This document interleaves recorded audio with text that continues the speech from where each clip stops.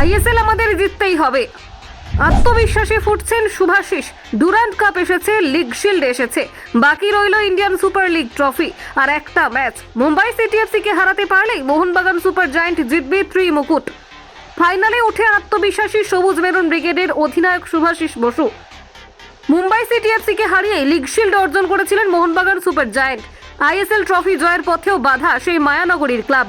মুম্বাই বাধা সবুজ মেরুন তরি আবারও অতিক্রম করতে পারবে বলে মনে করছেন শুভাশিস। অন্তত সমর্থকদের জন্য নিজেদের সেরাটা আরও একবার দিতে চাইছেন তিনি। আর একটাই ম্যাচ বাকি রয়েছে, সেটা জিতে সমর্থকদের মুখে হাসি ফোটাতে চাই বলেছেন বাগান অধিনায়ক। চলতি মরশুম মোহনবাগানের জন্য খুব একটা মসৃণ ছিল না। গুরুত্বপূর্ণ সময়ে পয়েন্ট খুইয়ে নিজেদের চাপে ফেলেছেন ফুটবলাররা। ঘুরে দাঁড়াতে হয়েছে একাধিকবার।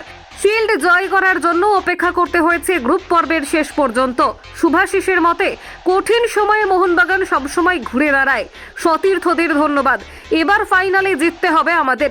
ভুবনেশ্বরে আগের ম্যাচের পরেও বলেছিলাম আমাদের ঘুরে দাঁড়ানোর ক্ষমতা আছে এবং আমরা তা করে দেখিয়েছি।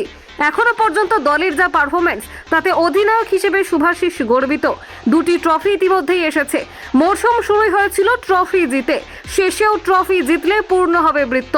সবুজ মেরুন অধিনায়কের কথায় আইএসএল কাপ অর্জন করতেই হবে আমাদের। ঘরের মাঠে সমর্থকদের সামনে নিজেদের সেরাটা দিয়ে ম্যাচ জেতার চেষ্টা করব। কলকাতা 24/7.in।